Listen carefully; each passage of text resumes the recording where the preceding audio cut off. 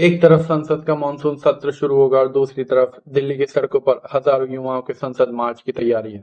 सवाल सिर्फ इतना नहीं है कि कितने लोग आएंगे, सवाल ये है कि आखिर ऐसी नौबत क्यों आई। देश के युवा अपनी बात संसद तक पहुंचाने के लिए सड़क पर उतरने को मजबूर हैं। इसी बीच सोनम वांगचुक का अनशन लगातार चर्चा में रहा। कई सार्वजनिक हस्तियों ने उनकी सेहत को लेकर चिंता जताई। वहीं आंदोलन के समर्थन में अलग अलग सामाजिक और राजनीतिक क्षेत्र के लोग भी सामने आए हैं।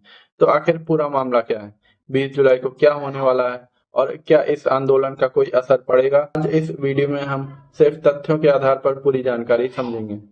नमस्कार दोस्तों, मैं हूं कन्हैया त्रिपाठी और स्वागत है आपका हमारे इस चैनल जनता की बात पर। पिछले कुछ हफ्तों से जंतर मंतर पर छात्र और युवा प्रदर्शन कर रहे हैं। उनकी मांग है कि शिक्षा और भर्ती से जुड़े मुद्दों पर जवाबदेही तय हो, छात्रों की बात सुनी जाए और जिन मामलों में गड़बड़ी के आरोप लगे हैं उनकी निष्पक्ष जांच हो। इसी आंदोलन के समर्थन में अलग अलग क्षेत्रों से लोग अपनी राय रखते हुए सामने आए हैं। 20 जुलाई क्यों है महत्वपूर्ण? 20 जुलाई से संसद का मानसून सत्र शुरू हो रहा है। इसी दिन जंतर मंतर से संसद तक शांतिपूर्ण मार्च का आह्वान किया गया है। आयोजकों का कहना है कि उनका उद्देश्य सांसदों और सरकार तक अपनी मांगे पहुंचाना है। इसी मार्च से कई सार्वजनिक हस्तियां और राजनीतिक नेताओं के शामिल होने या समर्थन देने की खबरें सामने आई हैं। अलग अलग रिपोर्टों में आम आदमी पार्टी के नेता आतिशी, अभिनेता प्रकाश राज, गायक काका और अन्य लोगों के नाम चर्चा में रहे हैं। सोनम वांगचुक का अनशन। सोनम वांगचुक लगातार 17 दिनों से भूख हड़ताल पर हैं और उनकी सेहत को लेकर लगातार चिंता जताई जा रही है।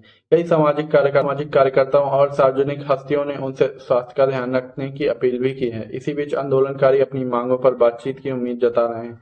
जरा एक तुलना पर भी ध्यान दीजिए। साल 2011 में सामाजिक कार्यकर्ता अन्ना हजारे का जन लोकपाल आंदोलन देश भर में चर्चा का विषय बना था।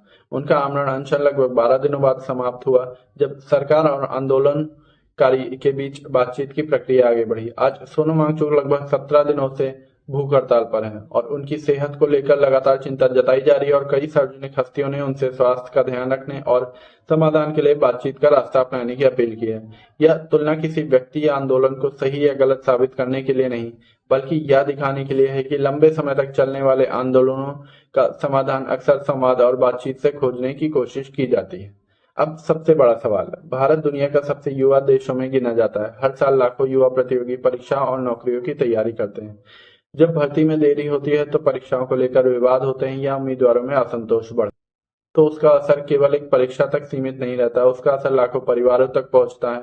यही यही वजह है कि रोजगार और शिक्षा जैसे मुद्दे पर लगातार राष्ट्रीय चर्चा का विषय बना रहता है। अब सोचने वाली बात यह है कि युवा सिर्फ देश का भविष्य नहीं होते हैं, युवा देश का वर्तमान भी होते हैं। जब वर्तमान सवाल पूछता है तो लोकतंत्र की ताकत उसी में होती है कि उन सवालों को सुना जाए। संवाद और समाधान दोनों किसी भी लोकतंत्र की सबसे बड़ी पहचान है। अब 20 जुलाई का दिन इस आंदोलन के लिए महत्वपूर्ण माना जा रहा है। क्या संसद मार्च के बाद सरकार और प्रदर्शनकारियों के बीच बातचीत आगे बढ़ेगी? क्या युवाओं की मांगों पर कोई नई पहल होगी या फिर आंदोलन आगे भी जारी रहेगा? ये आने वाला समय बताएगा। आपकी राय क्या है? क्या संवाद से समाधान निकल सकता है? अपनी राय कमेंट में जरूर लिखिएगा। अगर आपको युवाओं, शिक्षा और रोजगार से जुड़े मुद्दों की तथ्य आधारित जानकारी चाहिए तो जनता की बात को सब्सक्राइब करिएगा। मिलते हैं अगले वीडियो में दोस्तों। धन्यवाद। जय हिंद।